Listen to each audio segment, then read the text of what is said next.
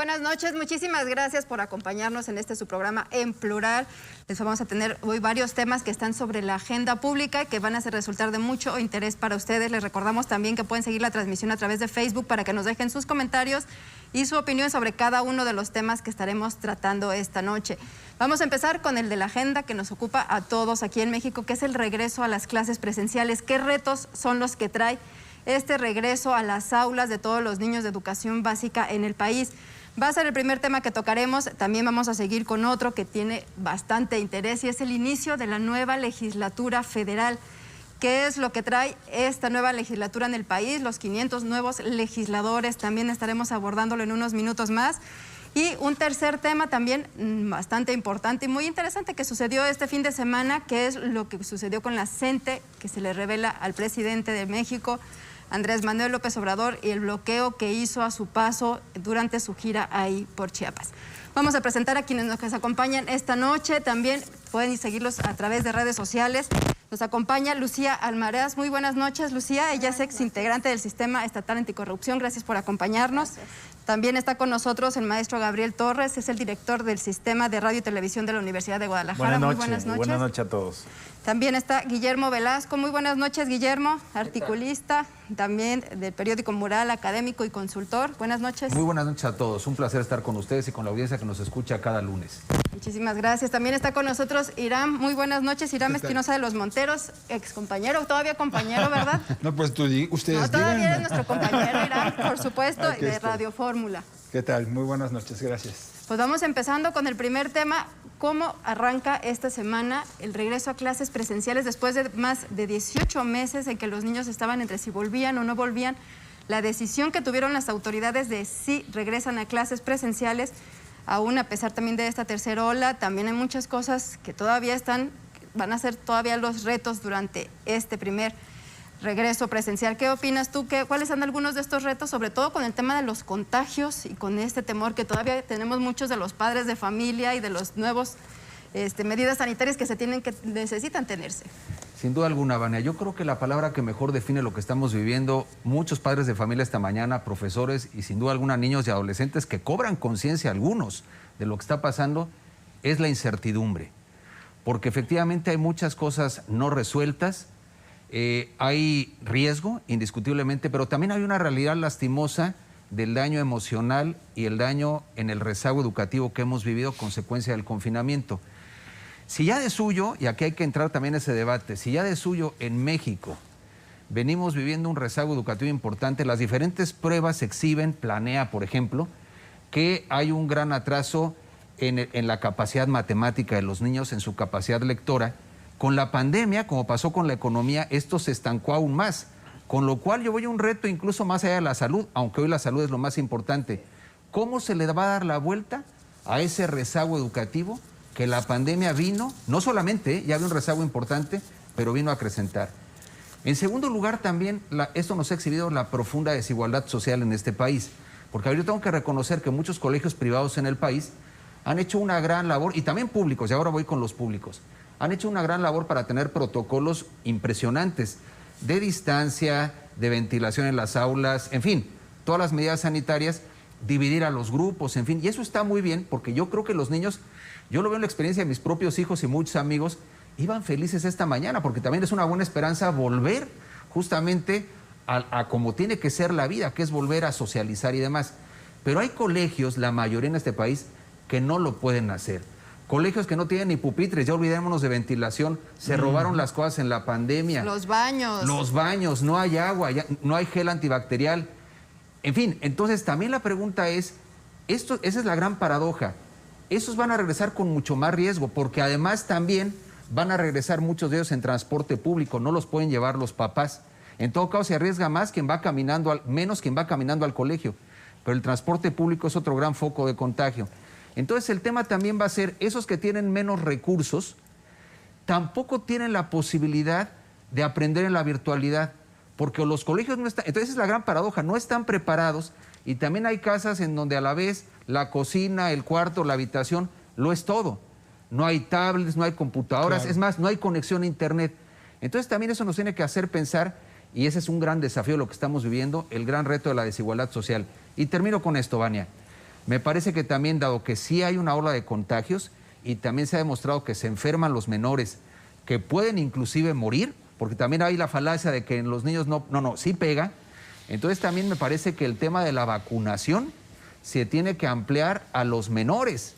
Ese es un paso que tiene que ir de la mano de este regreso, y yo invitaría a los padres de familia de públicas y privadas a una actitud no solamente de alegría de volver, que es cierto que lo agradecemos en gran medida muchos. Muchas mamás también. Muchas mamás, y además es bueno para la salud mental. Claro. Pero tiene que haber una actitud de permanente exigencia, porque no puede ser un decretazo el volver a las escuelas. Hoy el presidente de la República, en un acto propagandístico, pues se monta de alguna manera transmisiones en vivo con todos los colegios, como dando palomita al asunto de que todo está bien. ¿No? No, bien, a todo dar. Claro. Y me parece que tiene que haber caso por caso, hay realidades distintas en el país y que, insisto, no puede ser un decretazo. Así es, también tiene que haber corresponsabilidad por parte de los padres de familia. Había hoy en una de las escuelas que arrancaban un letrero, yo creo que muy coherente, que decía: los primeros contagios también comienzan a prevenirse desde que estás en casa y a lo que uno va educando a los hijos. Y un tema importante va a ser el asunto de la deserción escolar, todo lo que pasó durante estos últimos meses y aquellos que ya no continuaron por diversas circunstancias con los estudios. Supuesto.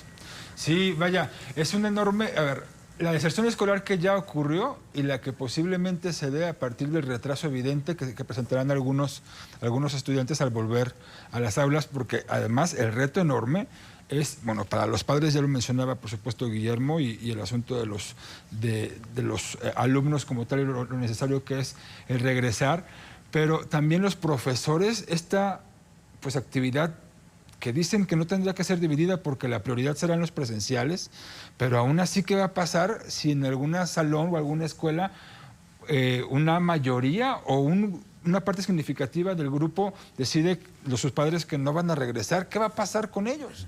Sí, entiendo que estará IRECREA en el caso de Jalisco, estará también las opciones que dé la Secretaría de Educación Pública del Gobierno Federal, estará también la indicación a los padres de familia de ustedes tienen que estar más pendientes de las actividades que les vamos a poner, y creo que el compromiso, de acuerdo a lo que me platicaba el secretario de Educación en Jalisco, Juan Carlos Flores, es que por lo menos una vez por parcial tengan acercamiento los profesores con los que están a distancia. Estamos hablando, creo que es una vez cada 2 meses, ¿no?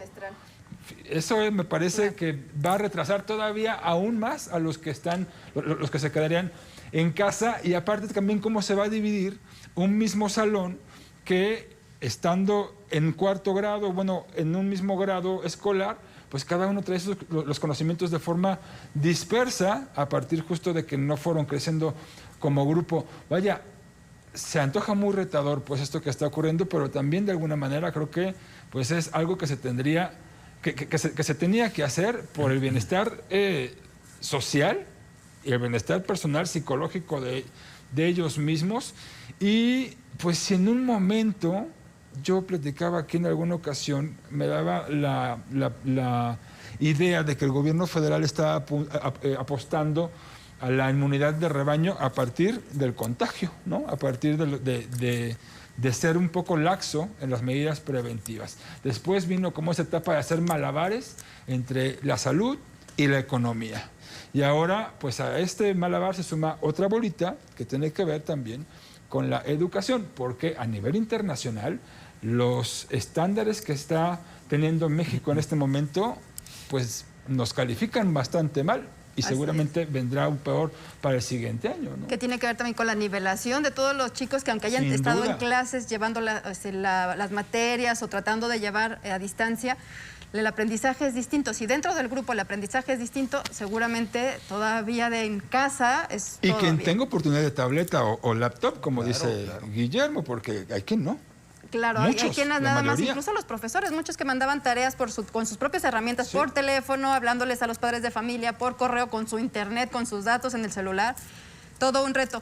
Además, sobre todo, que en esta nueva ola de contagios tiene que ver que los menores, a diferencia de cuando empezamos, ahora sí está comprobado que también los menores se contagian, tomando en cuenta de que van a tener que llevar algunos procesos sanitarios muy puntuales dentro de las escuelas. Ya hablaba Guillermo hace un momento en el asunto de las escuelas privadas, pero en tanto de las públicas, ¿qué es lo que se puede prever que vaya a pasar? Sí, por supuesto, Vania. Mira, lo platicábamos y decíamos, a ver, las condiciones, sobre todo de infraestructura, en el tema de escuelas públicas es complicado. Ya lo decían, escuelas sin baños, sin agua, sin luz. en las que simple y sencillamente la infraestructura no da para que la niñez regrese a clases, ¿no? Y aunado a todo el esquema que ya hemos venido comentando, a ver, los hogares tampoco somos los mismos, es decir, tampoco hay esa conectividad que quisiéramos, ¿no? A veces es mamá y 2 pequeños más en línea tomando la clase. Una sola tableta, una un solo sola celular. tableta, un solo celular, el internet malo, o que se tuvo que contratar este servicio que implica que también pues hay una situación económica ahí.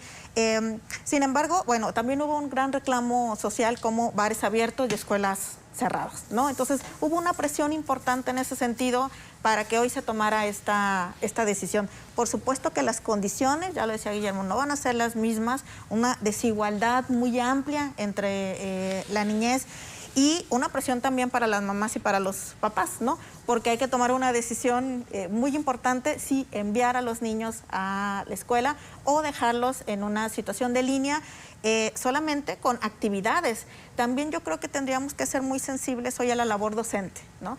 Ellos tuvieron que cambiar sus dinámicas de una presencialidad a una cuestión en línea y ahora situaciones híbridas en donde se van niños presenciales, niños en línea y que además con la exigencia de que tuvieran que ser evaluados, ¿no?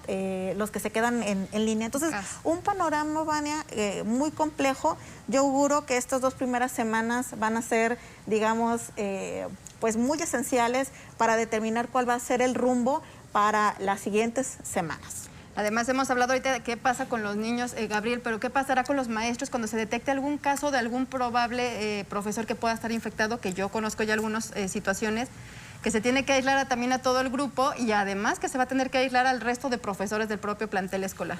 Bueno, yo espero que los protocolos que se puedan implementar, entiendo que en un país con 32 entidades federativas, con más de 100 millones de mexicanos y con unas asimetrías enormes en la infraestructura educativa, es decir, hoy los niños que van a una escuela privada, pues la verdad van a ver una realidad distinta del regreso a clases de los niños que van a una escuela pública y de los niños que van a una escuela pública rural, que todo es más complicado.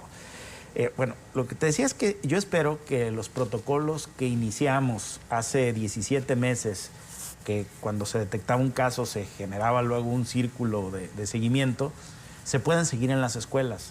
De las cosas que me preocupan mucho del regreso a clases es la muy poca inversión del gobierno federal y de las entidades federativas en materia de educación básica.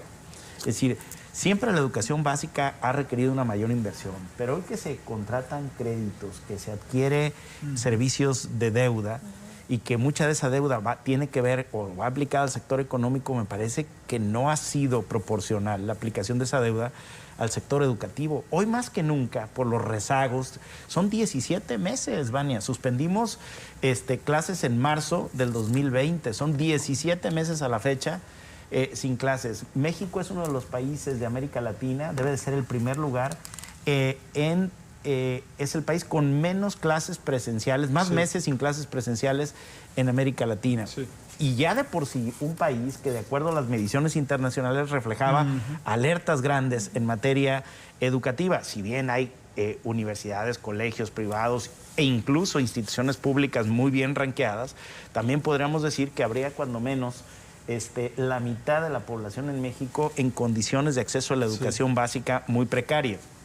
Entonces, si esto le sumas el ingrediente de la pandemia, pues yo creo que el esfuerzo por regresar a clases, que me parece que es un intento que no puedo calificar sino como una gran apuesta con mucho riesgo, pero ¿quién en su sano juicio no quisiera que ya retomáramos nuestra vida con normalidad? Es que no es un tema de querer, es de poder. Pero yo creo que estos esfuerzos y estas apuestas deben de ir también acompañadas de recursos públicos. Es decir, los gobiernos deberían también de demostrar su interés por la educación, no solamente haciendo que los niños regresen a clases y pidiéndoles a sus papás que firmen una carta de responsabilidad, que eso sí me parece ofensivo, que tú le pidas al padre hacerse responsable del regreso a clases cuando es una decisión del gobierno, de los gobiernos. En este momento son 21 estados, Vania, los que han aceptado el regreso a clases en los términos que el presidente lo ha planteado. Hay otras 5 entidades federativas que lo plantean escalonado. Hay otras que lo plantean de manera híbrida, pero podríamos decir que hoy, con esas 21 entidades, hablamos de aproximadamente 240 millones de personas que se van a mover con el regreso a clases en distintos lugares, o sea, en la movilidad que se va a plantear, ¿no? Y aún dentro de esto también recordemos que se había planteado no la solo en posibilidad... México, estamos hablando de todo el día, claro. el efecto de América Latina. Y la posibilidad de que dices al papá le tiene la opción de decir, no mando a mi hijo a la escuela, quiero que siga dentro de mi casa o que siga aquí en mi casa.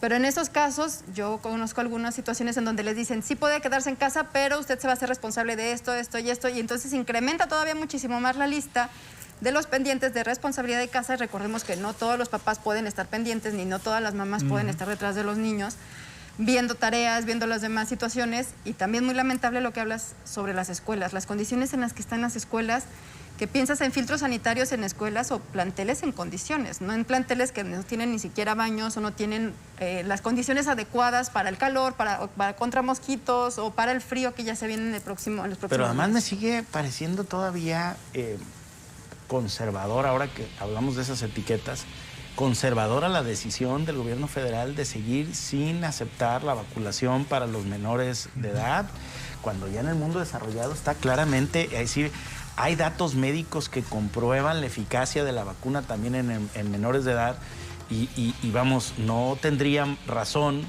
de que también los niños, aunque tuvieran menos probabilidades de agravar, de ir al hospital y de morir, pero también están en el riesgo, es decir, claro, no están exentos también del ocurre. todo. Es que son parte del circuito. Imagínate, yo quiero empezar a ver, cuando esto empiece a pasar en las familias y que una familia tenga que perder a un menor de edad por COVID, Que el ya sucede, trauma Gabriel. y el impacto que va a empezar a generar, no, pero que tenga que ver con el regreso a clases. Espero que no ocurra. ¿no? Esperamos el tema todos es- que no el tema vaya a es suceder cómo así. sí volver, me parece, Vania. O sea, qué exigencia y qué condiciones, qué recursos tiene Tiene que ser haber. un compromiso mutuo. Porque en el Guillermo. fondo los países más desarrollados y que han sorteado mejor el tema, lo cierto está en que las escuelas se mantuvieron hasta muy tarde abiertas y regresaron temprano. ¿Qué quiere decir esto? Que pusieron las condiciones a la par de la reactivación económica. Claro. Así Esa es. es una realidad, ¿no? Vamos a hacer una muy, muy breve pausa y continuamos aquí con más. Si usted está siguiendo la transmisión a través de Facebook, déjenos sus comentarios si mandaron ustedes o no a sus hijos, a sus hijas a escuela y qué opina y cómo le fue en este primer día de regreso a clases presenciales.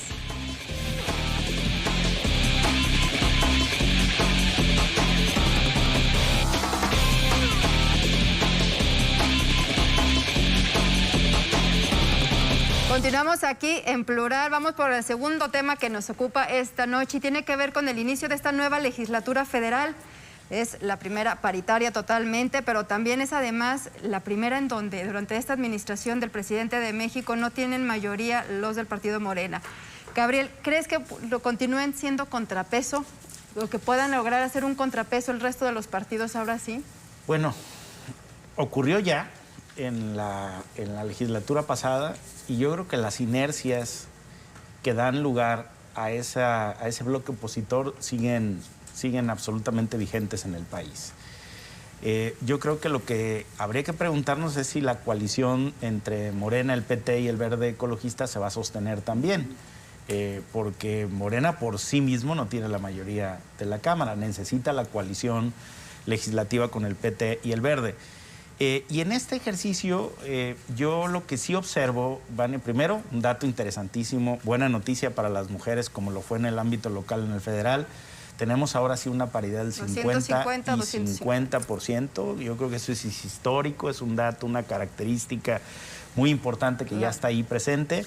También tenemos un perfil mayor de liderazgo en el ámbito legislativo. Hay gente como Margarita Zavala que ya se integró, como Santiago Krill, como Gabriel Cuadri que gana, como Salomón Chertorivsky que llegan desde la oposición. Es decir, hay personajes interesantes que van a estar en el ejercicio de la oposición y otros en el ejercicio del gobierno.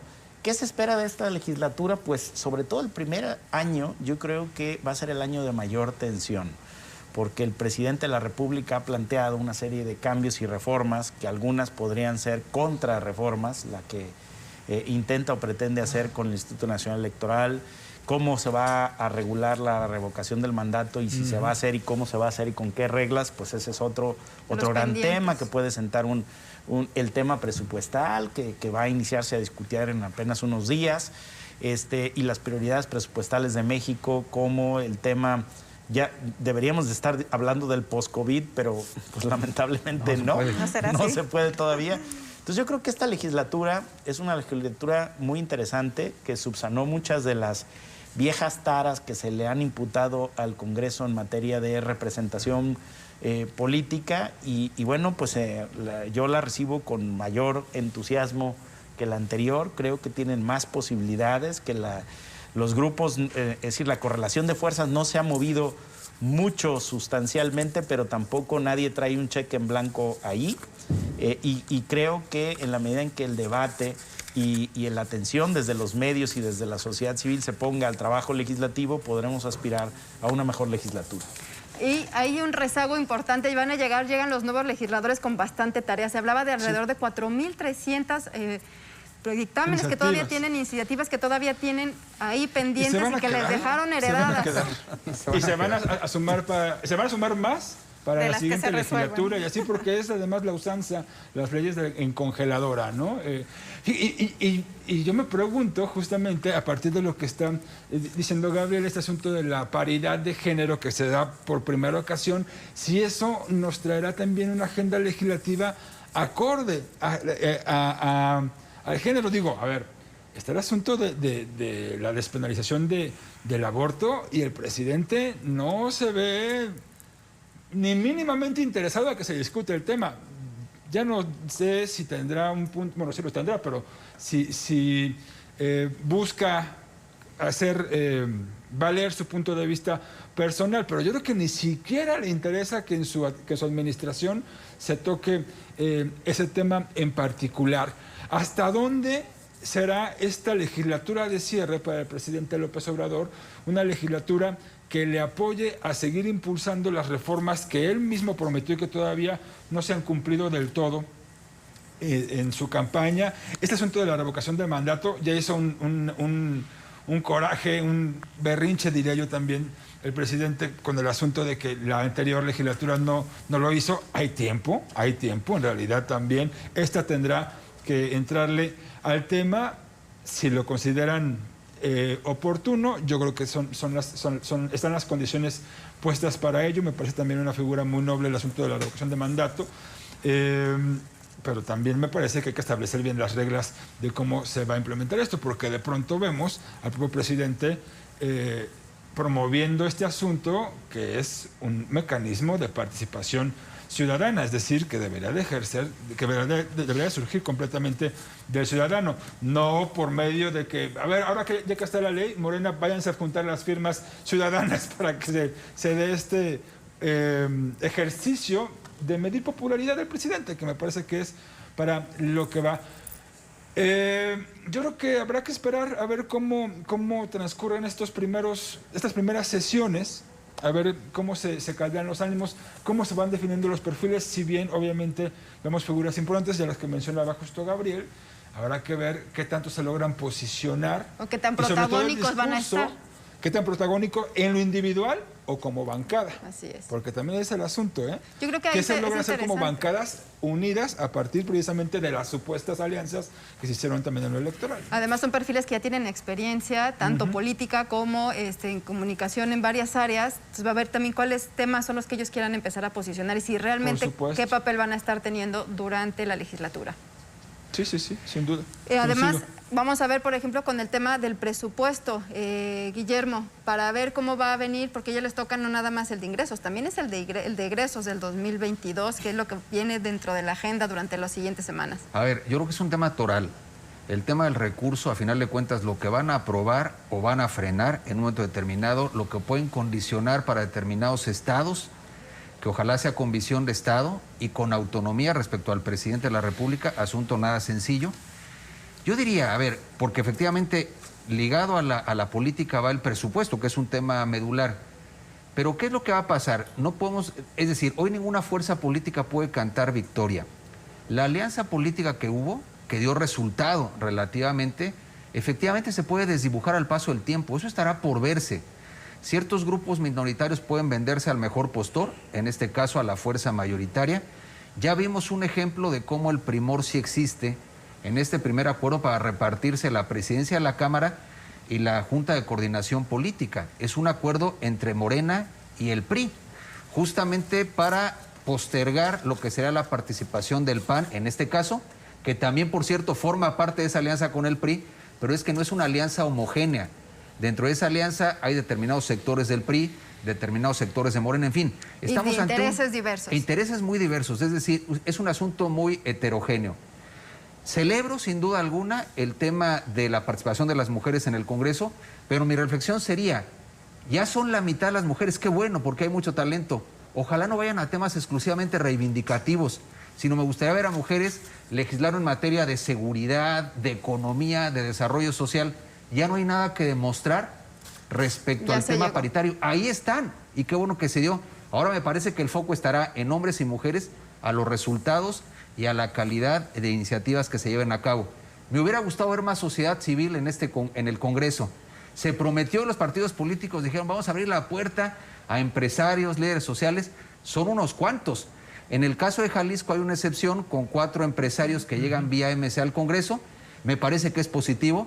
También estará por verse cómo lo hacen, porque me parece que van a estar de alguna manera en una vitrina muy importante para ver cómo llevan a cabo su trabajo, pero creo que esto oxigena la política, con lo cual creo que es una buena noticia. Y bueno, también recordarle a los señores diputados de esta legislatura que siguen siendo, no ellos en lo particular, dentro del descrédito de la política, los diputados siempre están en el último lugar de la fila por descrédito, en fin. Ojalá con su trabajo, me parece que están comenzando, se note justamente una diferencia. Labor nada sencilla, porque algunos se van ciclando justamente en esa labor, no regresan a los distritos, se la pasan de alguna manera defendiendo intereses particulares, pero bueno, ahí está la oportunidad. Trabajo de escritorio. Ahí está el tema, ¿no? Sí. Se olvida todavía de salir, vamos viendo a ver cómo funciona todavía o cómo empiezan a trabajar o qué ritmo van agarrando durante la siguiente semana.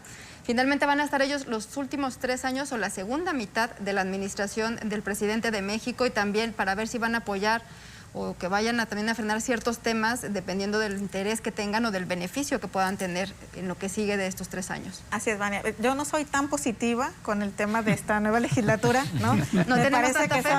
Me parece que son justo estos políticos reciclados, ¿no? Encontramos ex candidatos a la presidencia de la República, ex líderes de partidos políticos, que luego entiendo que es política, ¿no? Y que se van otra vez posicionando, pero algunos que repiten de haber sido ya diputados federales, luego se van a local, luego regresan como federal. Entonces, sí, yo no soy tan positiva en los resultados que pueda tener esta legislatura.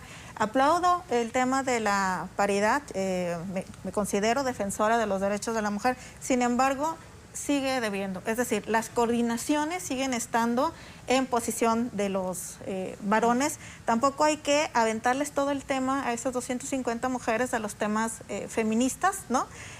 Concuerdo con que habrá una gran diversidad en la agenda legislativa para que le puedan entrar las mujeres. Los temas progresistas tienen que ser de varones y de mujeres, ahí los tenemos.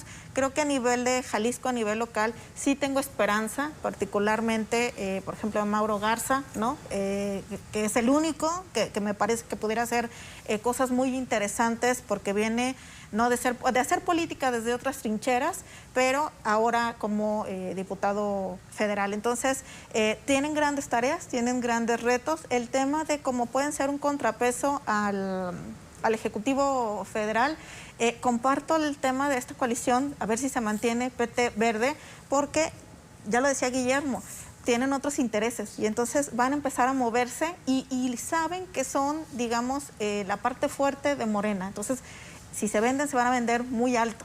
Entonces, quién sabe si efectivamente siga esta coalición. Creo que hay temas que tienen que salir sí o sí ya en esta legislatura, que han dejado abandonados, ya lo decías tú, muchísimas iniciativas ahí en la congeladora, Coincido con Irán que se van a ir acumulando, más que destrabar, se van a ir acumulando, pero temas ya muy importantes que tendríamos que estar observando, como el tema ya ampliamente la legalización de la marihuana, el tema de entrar ya por lo menos a la discusión legislativa de la legalización del aborto, el tema de los derechos de la comunidad LGBT. Entonces, esos temas que ya tienen que avanzar en México y que tocaría y que se verían muy bien con el tema del desgaste y la desconfianza que tenemos las y los ciudadanos frente a la figura de un político. Temas que todavía falta mucho por... Puede serlo, así es. Mira, tienen una gran oportunidad. En ese tema yo creo que el asunto de fondo ahí es que por primera vez el Congreso asuma su responsabilidad en la discusión de esos temas polémicos, pero que dividen opiniones y que legítimamente dividen opiniones en la sociedad. Claro. Porque lo que había pasado es que esos temas se empujaban por la vía de la jurisprudencia en la Corte. Y entonces la Corte tenía que inventar leyes que explícitamente no existen en el país. Y yo creo que la Corte no es la representación política de los mexicanos. Si hoy los mexicanos quieren debatirlo y hay mayorías para que eso salga adelante, bien, y si no, que quede explícitamente que no, porque los mexicanos en su mayoría no lo aprobaron. Pero yo creo que es un avance que ya se lleve eso a donde siempre se debió de discutir, porque este tema, por ejemplo, de la legalización de la marihuana, que habrá gente que esté a favor y gente en contra, y muy respetables los argumentos. Lo que quiero decir es, los diputados le sacaban la vuelta. Claro, no tenía que ser la Corte la que interpretara, hiciera maromas, y terminara diciendo que era legal lo que explícitamente el Congreso no ha legislado. Entonces, yo sí celebro que ya sea en el Congreso donde se debatan estos temas y que den la cara las personas que tienen argumentos al respecto y que asuman la responsabilidad, porque para eso están los diputados. Fíjate, yo estoy de acuerdo en eso. Ojalá sea una legislatura que se defina. Basta de esta neutralidad ideológica para entrarle a temas, incluso aunque se parta la opinión. Ahora, yo pensaría que ojalá atiendan las preocupaciones de todos los mexicanos. ¿Qué quiere decir esto? Que estén pensando en temas de seguridad. Que estén pensando en la reactivación económica de este país, que estén pensando en la justicia social y en los reales derechos humanos. Me parece que en ocasiones también se legisla con visión ideológica y me parece que hay que entrar a esos temas. Pongo el tema del aborto, que va a ser el tema sin duda alguna más polémico, y hay una apuesta no del presidente, que no, en este tema me parece que no está, no así Sánchez Cordero, que ahora está en el Senado y que ha sido realmente su única agenda relevante. Fue una figura de florero decorativa para el resto de las cuestiones, pero hoy se va para empujar fuerte el tema del aborto desde el Senado. Por cierto, como lo muestran muchas encuestas, ese tema hoy en México sigue mostrando un amplio rechazo de la mayoría de los mexicanos. Claro. La pregunta es, ¿quiénes se van a mantener en ese tema por convicción y quiénes por cálculo político no le van a entrar? Que es algo que ha venido pasando. Que a mí me parece que en todo caso tendrían, desde mi particular punto de vista, y siempre lo he sostenido, tendrían que legislar por defender la vida de todos y la calidad de vida también. Eso presupone la justicia. Pero yo creo que lo que va a ser interesante es ver quién es quién en este tema, quiénes apuestan por la vida, quiénes apuestan por el aborto, asumiendo el costo político de un país en donde el aborto es mayoritariamente rechazado, a pesar de muchas narrativas pseudoprogresistas en este tema. Pero bueno, yo sí coincido con Gabriel que lo importante será la definición y el debate de fondo y que no estén camuflando posiciones. Me parece que siempre los políticos han venido no entrándole de lleno al tema y me parece que tienen que mostrarse como son, porque además se deben al electorado. Esa es una realidad. En el mismo MC va a haber una batalla muy importante, porque hay algunos que están con la agenda, digamos, por aborto y la van a empujar incluso más allá de la rentabilidad política que les pueda quitar. Y hay otros que no. Entonces va a ser muy interesante ver un poco cómo se van definiendo las posturas políticas en este y otros temas, como el de la marihuana, por ejemplo, ¿no? ¿Se verán esos temas el primer año? Pienso que puede ser, pero no creo que alcance... Pienso que podrá verse en discusión, en tribunas, no sé si alcance a una iniciativa con suficiente apoyo para que pase más allá de comisiones. O sea, pienso que este primer año no será así, creo que se estarán... Yo creo, siendo honesto, que veremos una legislatura muy personalista. Me refiero que los perfiles van a buscar destacar e ir haciendo sus grupos, pero difícilmente veo en temas, digamos, no tan decisivos, sino como en temas que buscan de verdad impulsarse, no veo apoyos completamente de bancadas. No sé si me explico. O sea, creo que serán bancadas muy divididas, para ser honesto, sobre todo pues desde la manera también en cómo se dieron las elecciones a partir de las coaliciones que, como ya lo mencionaba Guillermo, pues no estuvieron del todo cuajadas, vaya, desde un inicio. Vimos ya, por ejemplo, recién una ruptura en el Congreso del DF con este asunto de quitarle el fuero al diputado que tiene como 3 semanas en Chile y que pareciera que estará prófugo. Y justo fue el PT el que rompió, al menos en ese momento de palabra, relaciones con Morena. Claro, es un congreso local, pero a fin de cuentas se puede comenzar eso a notar en otras decisiones, ¿no? Pero ¿sabes qué, Irán? Si me permite brevemente, yo creo que tendría que darse la discusión justo en el primer año, porque en los siguientes 2 años ya estarán pensando en las elecciones. Yo creo que exacto. No se van a animar. No se van a animar. ¿Pero creen que se den? Sí, Lo claro. ideal es que se den, ¿Creen porque que se después den? viene el tema o la época electoral y también el costo que puede tener, que ya lo mencionaba. Discusión legislativa, sí. Comparto contigo el tema de solamente comisiones, pero no avanzar más. A eso me refiero. Y vamos a ver la eso me refiero. sucesión en pleno en los grupos políticos en el Congreso.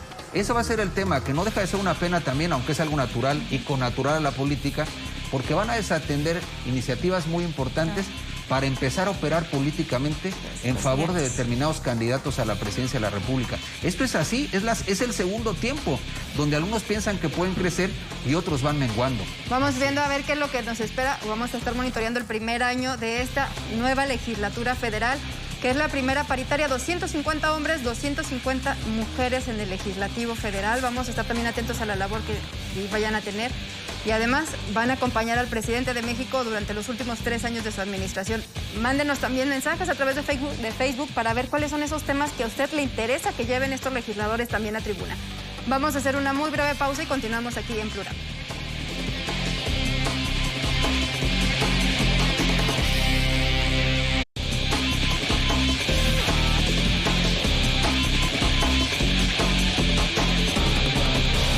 Muy buenas noches, gracias por continuar con nosotros aquí en Plural. Vamos por nuestro tercer tema de esta noche, que también ocupa o ha ocupado durante este fin de semana un importante espacio en la agenda pública, y es esta visita que hizo el presidente de México a Chiapas, donde la gente se le revela al presidente, lo bloquean. Por primera vez desde que inicia sus sesiones mañaneras no se presenta el presidente de México a estas debido a que le bloquearon el paso. Es la primera vez que no acude a una de ellas. Se veía bastante molesto el presidente porque no le permitieron llegar. Pues hay un dicho popular que dice: cría cuervos y te sacarán los ojos. Y yo con eso quisiera iniciar la reflexión, porque la CENTE ha sido uno de los organismos primero más retrógradas en términos de los planteamientos y de las demandas y de las formas de protesta que tiene, porque pareciera que para ellos la canonjía a los supuestos trabajadores de la educación, que muchos son comisionados, profesores de membrete porque no dan clases, no están frente a grupo, y es un sindicato que yo creo que le ha hecho y le sigue haciendo mucho daño al país. Pero digo cría cuervos porque en el pasado, quien hoy es presidente, pues coincidía con esos puntos de vista, los alentaba, se reunía con ellos, les daba cuerda, los incentivaba a esas formas de protesta, y hoy, justamente, que ya es el jefe de Estado y jefe de gobierno mexicano, pues hoy es rehén de ese cuervo que crió y que no tiene pies ni cabeza, que no tiene llenadero, además en el tipo de canonjías y de cosas que van mucho más allá de los temas estrictamente y de orden educativo. Por lo que creo que, bueno, pues ahí está el presidente enredado en una trampa de la que él fue parte para su construcción, y que hoy, bueno, pues ya ni siquiera con toda su vertiente ideológica puede cumplir con ellos o llegar a un acuerdo con ellos, porque son francamente innegociables. Incluso les llegó a llamar provocadores o que no sabían protestar también. Pero antes los halagaba mucho. Sí, los incentivaba. Oye, Los arropó completamente. Sí. Eso es importante decirlo. A ver, yo creo que la frase lo resume perfectamente. Estos no tienen llenadera, pero han sido aliados políticos del presidente en el pasado. El presidente entregó la rectoría de la educación por parte del Estado en manos del sindicato. Es decir, canceló un tema que con sus imperfecciones pero era de lo más notable que se hizo en administraciones anteriores, que fue la reforma educativa. No perfecta, pero un avance sustantivo que canceló el presidente por presión en buena manera o en buena medida de estos grupos que buscan las cuotas, el poder. Efectivamente han quedado exhibidos hasta actos delincuenciales ligados a la CENTE, ¿vale? Y entonces, este sector que le significó votos, le significó, fíjate, bloqueos a modo en todo el país afectando la economía, que se quitaban o ponían ante la impunidad total del presidente de la República, hay que señalarlo. Pero efectivamente hoy lo bloquean a él mismo. Es que ahí está el tema. ¿Ya no gusta? Le fueron creciendo los enanos, sería otra expresión. Y entonces resulta que no pudo llegar ni a la mañanera.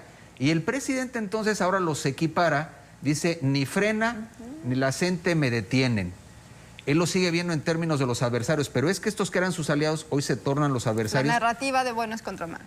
Buenos contra malos, el presidente sigue polarizando, pero lo que hay que entender que ahí hay un poder fáctico brutal que siempre ha puesto a los gobiernos en jaque y que cuando tú cedes en lo que no puedes ceder, porque efectivamente tienes que garantizar la educación, el Estado de Derecho, la movilidad en el país, el tolerar que estos bloquearan trenes o vías ferroviarias, frenando la economía, golpeando a las familias, lo toleró y efectivamente hoy tiene ahí un expediente abierto con ellos. Máxime también cuando el presidente da el decretazo del regreso a clases, que seguramente, no digo que sea el único tema, pero también no gustó a muchos, que estaban también de alguna manera muy instalados, no les ha interesado nunca la educación, sino el control político y el hacer negocios, pero bueno, el presidente está pagando las consecuencias de haberse aliado con quien no se tendría que haber aliado nunca.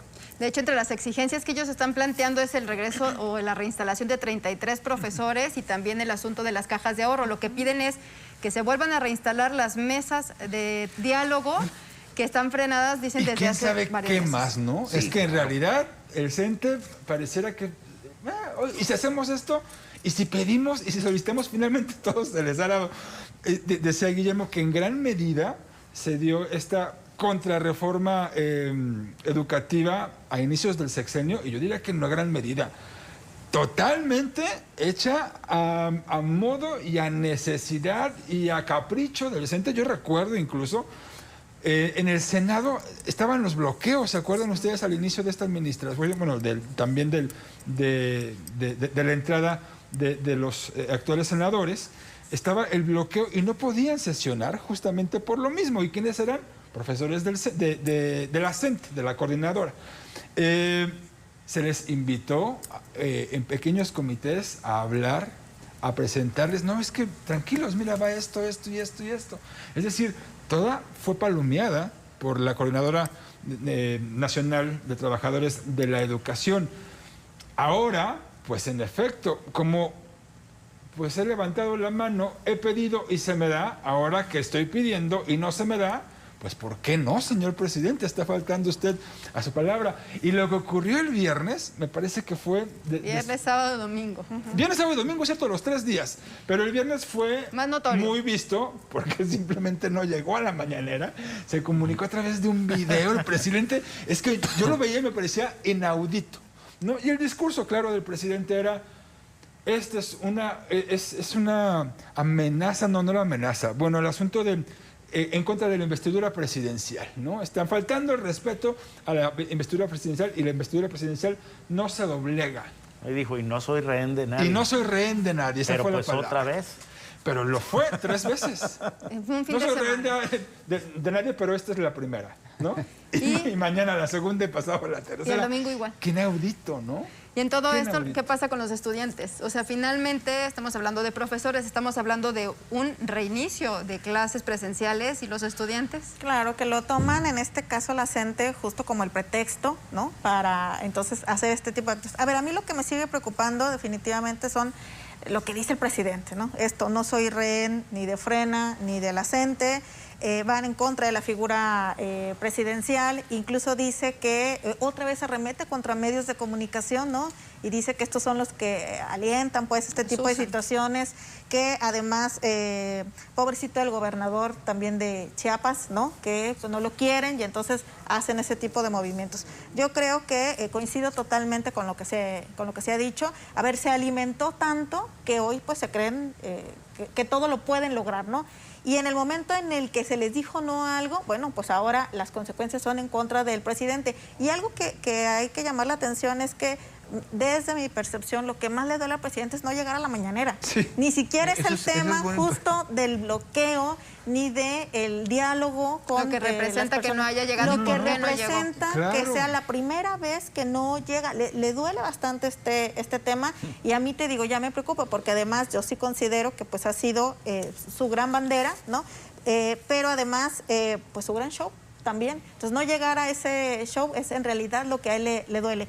Y que dice, a ver, él, cualquier grupo reaccionario en contra de él, no le gusta.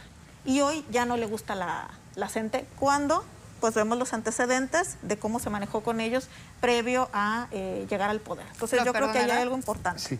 Además, una gran contradicción, porque efectivamente el presidente hoy apela a la defensa de la investidura presidencial cuando nunca la ha respetado. Así es. Claro, fue El presidente primero. ha sido, no, esa es la realidad, El chachalaca, ha sido un desde ahí. pleito, ha sido un pleito de callejón con sus adversarios políticos, señalamientos contra las instituciones, en fin. Entonces la pregunta es, ¿dónde está el respeto que tendría que ser en todo caso a la figura presidencial? Y el presidente aquí ya lo puso en términos de adversarios, es decir, volvemos al punto que es un lenguaje absolutamente contradictorio, y coincido plenamente con Lucía. El presidente lo que le dolió en el alma es Sí. no llegar a lo que es el eje de gobierno, si esto se le puede llamar gobierno, que es gobernar desde el púlpito mañanero. Que se le pueda llamar eje, Guillermo. Como eje, en fin. Pero me parece que es cierto, ya no pudo llegar a lo que es la pieza clave para el presidente de Claro. todos los días, que es desde ahí pontificar, mandar mensajes, golpear adversarios y polarizar.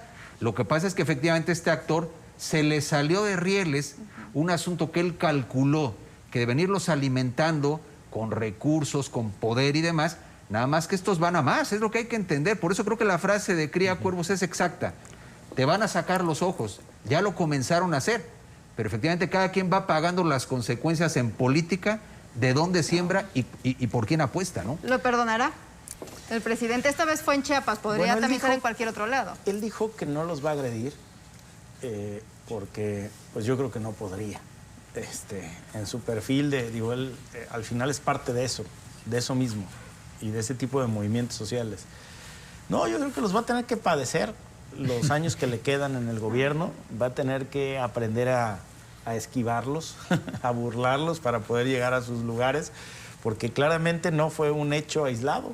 Hoy se repite y se va a seguir repitiendo, y si se les pone de pechito al presidente, le va a seguir ocurriendo con esos grupos, y esos grupos no tienen fin en sus demandas. Claro, Es decir, no. con ellos no hay ninguna negociación que alcance para la desmedida pretensión de canonjías y de dádivas al margen de la ley y de cualquier racionalidad educativa para un sindicato que en realidad lo que defiende pues es un status quo, una forma de hacer política, A partir del una golpe. visión superada de la educación, y por eso es que han sido los principales enemigos de cualquier reforma o de cualquier transformación, Y de cualquier gobierno. para hablar en los términos del actual gobierno, de cualquier transformación que signifique restarles privilegios. Porque Irán, para eso fueron diseñados. Sí, claro. Para eso fue un diseñador.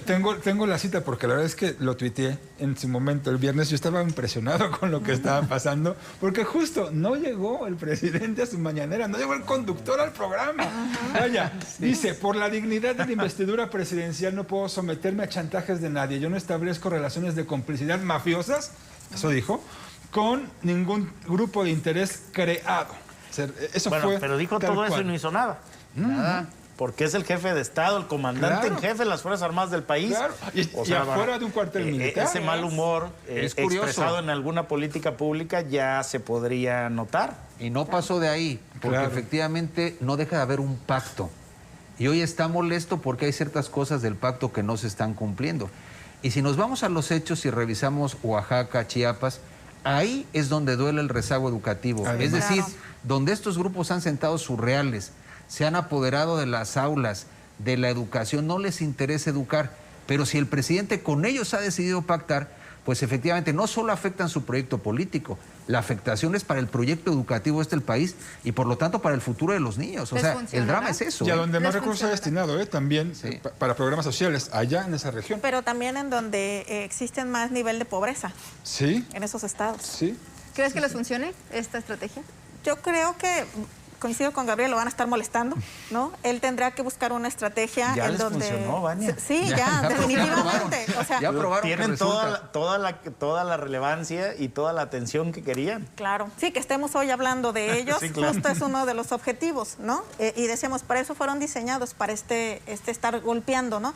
Que hoy no estén de acuerdo y que, digamos, no quiera ceder el presidente, no quiere decir que no lo vaya a hacer, porque le dieron, es el primer grupo que le ha dado donde más le duele, en el tema de la mañanera.